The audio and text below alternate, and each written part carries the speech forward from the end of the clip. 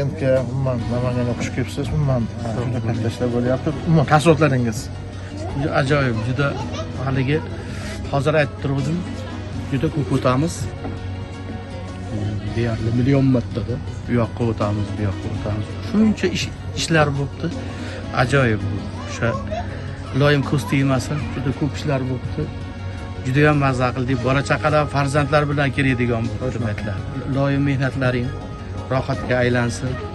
Tarixda bilan tanishib, u yerda 3000 yillik keyin bu yoqqa tushib, daryoni bo'yida umuman mana shu daryoni to'liq oxirigacha mana shunaqa sayyohlarga xizmat qilgan javob beramiz.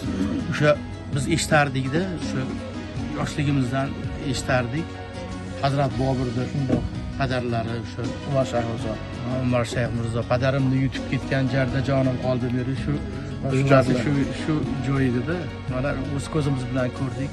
Juda ham gullab yashnabdi. Yurtboshimizga rahmat avvalo e'tiborlari uchun. Shu darajaga yetkazib qo'yildi. Xudo xolasa, yurtda hali bunaqangi o'zgarishlar juda ham ko'p bo'ladi. Ajoyib bo'pti lekin. Gul bayrami 65-yil yubiley alohida taklif qilamiz. Gul bayrami albatta. Kattaroq o'tadi. Xudo xolasa o'zingiz kelib, ochilishda bo'ladi muzeylarimizni, boshqalar. Albatta kelamiz. Iloyim mehnatlaring ko'z tegmasin, kam bo'lmaylar. Doim ham bundan ham zo'r bo'lsin. Sog' bo'ling. Rahmat.